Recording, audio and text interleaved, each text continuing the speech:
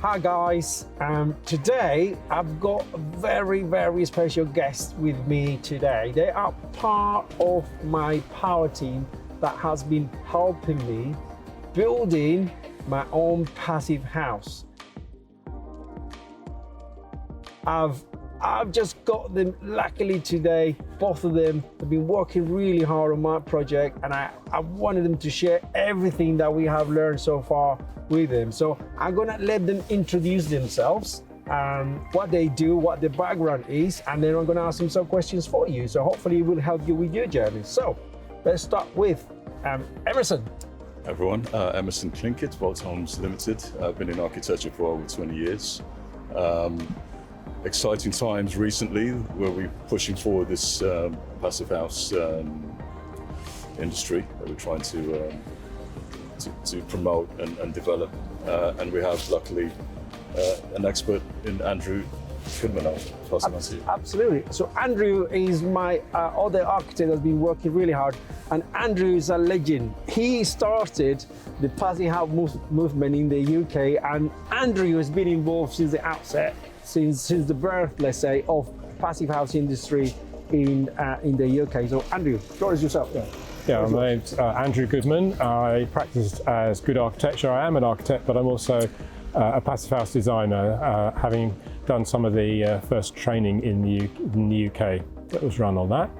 Okay, as you know, we share our journey all the way, and I want to ask these guys a really insightful question about, how do we make sure we start a project, in the right way, right from the start. What's your view, guys, in here, collective view?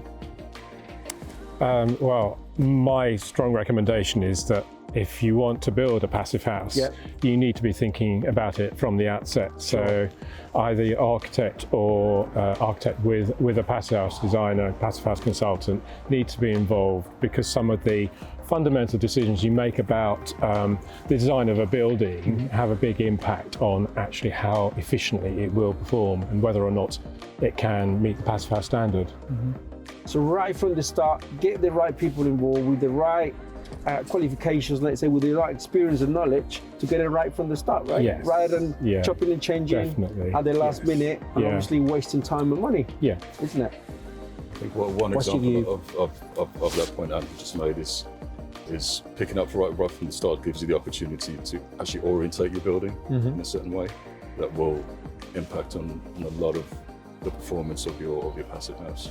Absolutely. I couldn't agree more with that, because obviously that's the base of the whole thing, isn't it? Absolutely. Making sure we use, if we're going to use solar panels, for instance, in this project, guys, I'm building my own house. Luckily, I have south facing garden, and I've got about 28 solar panels that are going to be installed on that face, and I was going to generate enough electricity to power the whole house. And in fact, to power my car, there's an electric car. So mega important that we listen to what they just told us, guys. Make sure that you got the right team. Make sure that you face the building in the right way, or the correct way. Orientation. Make sure that you orientate your building in the best possible way for complying with the standards. Is it complying with the standards or no? We talk about meeting, if you want to meet the passive house standard. Yeah, That's kind of the phrase I would use. Yeah. Okay. I suppose it's depending on your site, isn't it? I mean, not always you can get the right orientations. It's how you kind of... No, you can't always do it. Yeah, exactly. Not always do but it. there is an optimization of your glazing, the amount of glazing and the direction of the glazing that has an impact on whether you get your useful sort of solar gains or not. Sure. Okay. So orientation is paramount, guys, when it comes to passive house. The other question that I've got here, guys, is about aesthetics. Okay. So how do you balance function with aesthetic appeal on a passive house? It's possible to build a passive house building probably in using any type of construction, and the appearance of the building therefore can you have a huge amount of freedom about what it can look like, the materials you can use. So usually in Britain, the planning considerations may dictate quite a lot about the appearance of the building and what it needs to be finished in order to perhaps fit into its setting. And you can't get around that. And Passive House doesn't prevent you from meeting those design requirements as much as the requirements of meeting the Passive House standard. Okay. Absolutely. I think another key point as well with Passive House is actually what climate zone you're designing in. That's true. Because that can influence a lot of the way you design your building, the orientation that we were talking about. So there's these tick boxes, if you like, in a way that you need to kind of tick what related to the zone that you're actually building in. You know, for example, here in the UK, I think we're in the cool temperate. Cool temperate. Yeah. Well, most of it. Most of it, yeah. So it's Cornwall's somewhere different, I think. It's Cornwall's in Scotland. The lucky corner of Scotland as well. So it's a lot of these things that you need to understand to start off with prior to your design happening. So you know that can also dictate what kind of size windows you're going to have to the north facade or to the south facade. You know, so these things are picked up in the early stage, which is the Absolutely, and I think a lesson I learned here, guys, you're spot on, because the area determines, you know, the design in the sense of like for these passive houses I'm building myself, I have a sort of an iteration process. My first architect came out with a really, you know, nice design, but they have the standards over here. So they said you cannot really do this design. You need to do it this way, and I have to come up with another design for it. So I think you guys are spot on. You gotta make sure that the architect knows the area well, and knows the criteria that they need to follow, so that you get planning permission. That is paramount, isn't it? But my humble opinion is that at the end of the day, what we need to think about is the environment, isn't it? That's what we build in a passive house. So our biggest value, rather than aesthetics itself, it should be that the house is sustainable. And you know, and we in order for us to meet our target in 2050 of carbon zero, it's got to be passive house all the way. So that is, you know, my take on sort of the aesthetics and design, that you got to compromise as a developer or as an owner slightly on the appearance, but you know, obviously the gain is the you know, insulation that you get in the house, the thermal losses that are minimal, and obviously the impact on the environment. Yeah. Cool. Yeah, I think that your project is, let's say, it's an example of the sort of front line that we're all trying to promote in terms of the passive house movement. You know, so as people can see, you know, it's here, it's live, and you know, if we can encourage more and more of what we're trying to achieve here, it's always a positive thing. Absolutely, yeah. We need more passive houses, don't we? Well, we have no other way around. What should be? Yeah, we're recording this whilst COP26 is taking place, and already before now, every new building in the UK should be being built or required to be built to the passive house standard, because yeah, they will still exist. They definitely will still exist in 2050. And so we don't want to be retrofitting those buildings between now and 2050 in order to, you know, help meet our zero carbon targets in 2050. That's quite simple, it seems to me. Sadly, our building regulations don't set out the requirements in such a sort of a clear, straightforward way.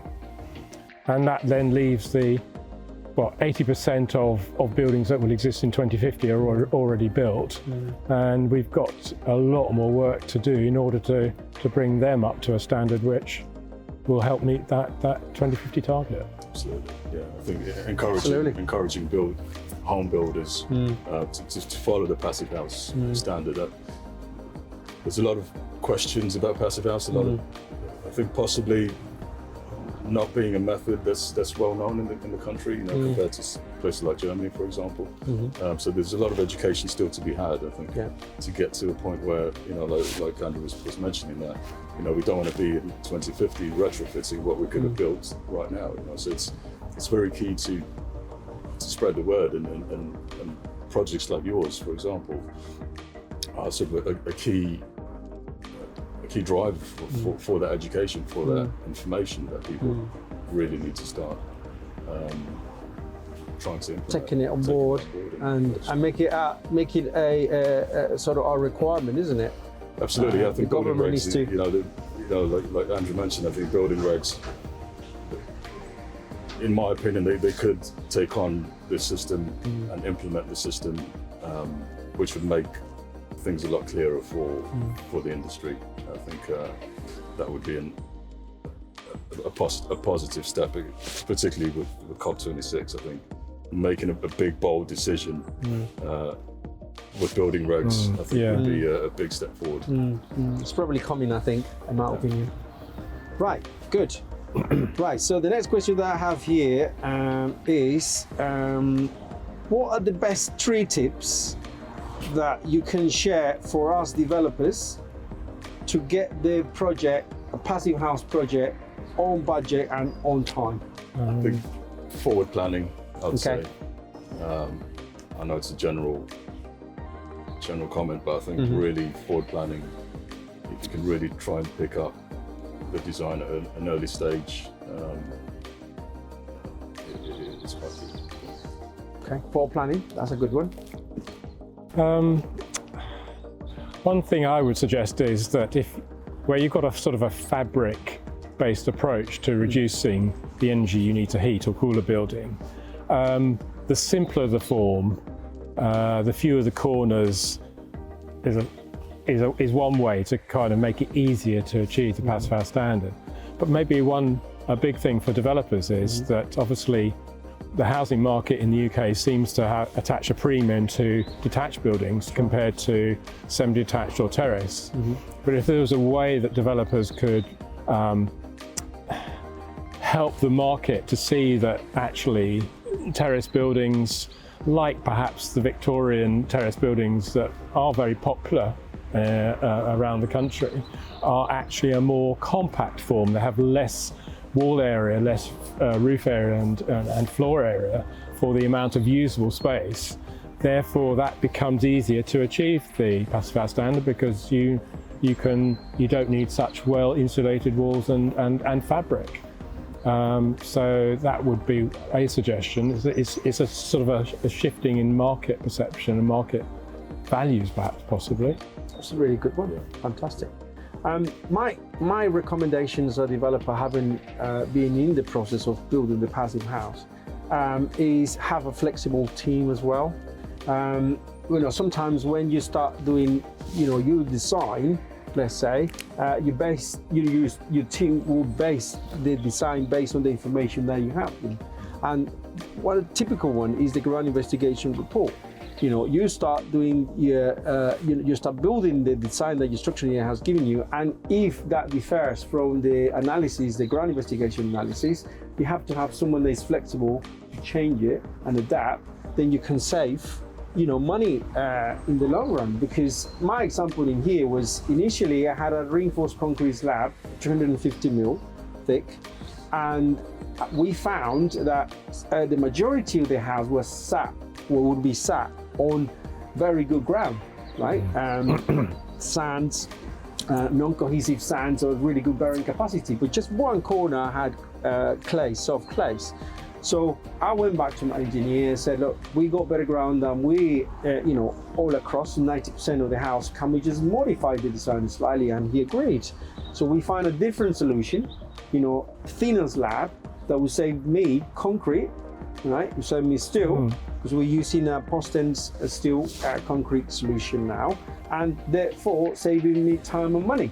So I think that is key as well, having a flexible team, having someone that is able to come out with VE options at the last minute, because that obviously helps with the budget and helps with the time.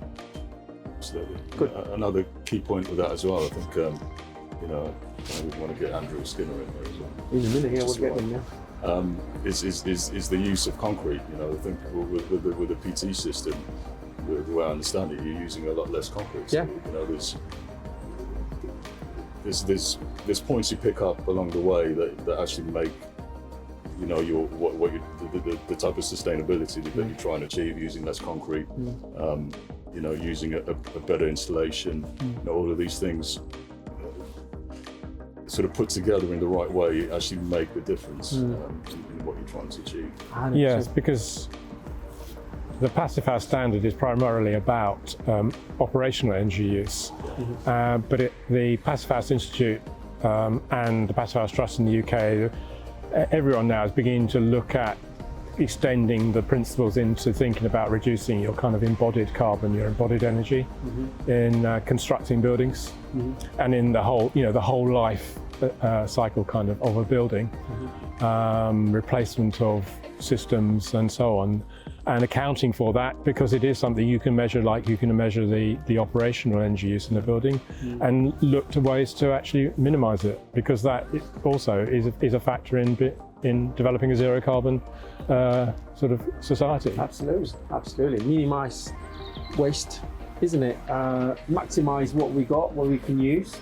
And it obviously is that reflects in time and cost for us developers and in the end users. If you're doing this, to sell, you obviously pass on that saving to the end user, which is a win-win for all at the end of the day. So one last question, guys. What for you in simple terms, in a few words, what is Passive House for you?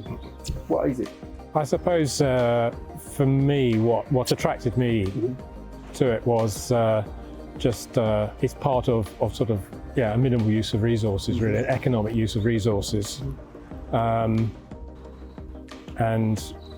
I've always tried to bear that in mind on my projects I work for, and for my clients' sake, to do that. And it's both that's why it isn't just about its energy use and the costs of that, but also in the size of the building, the construction of the building. Good. So you, Emerson? Yeah, I think I completely agree. I think it's that combination of designing and building something that performs sustainably well. At the same time, we're looking at economics. Everyone thinks about finances, obviously. So it's a system that has a positive influence in people's finances as well. So the idea of living in a highly sustainable home, as a Passive House is, at the same time, it's going to help you financially at the same time. In the long term, maybe, because at the moment construction may be a slight percentage higher than the normal construction, but you have to look at long-term impact of all of it. So there's I'd say a win-win in terms of system. And I think also from a developer's viewpoint, you will be producing something that will be far more comfortable than the standard product in the UK at the moment. And so that has health benefits. It just has so much benefits for the occupiers, the users of that building. The knock-on effect is so positive. When you look at it in a long-term view and in a more of an expanded view as well. So take the country, taking on the system.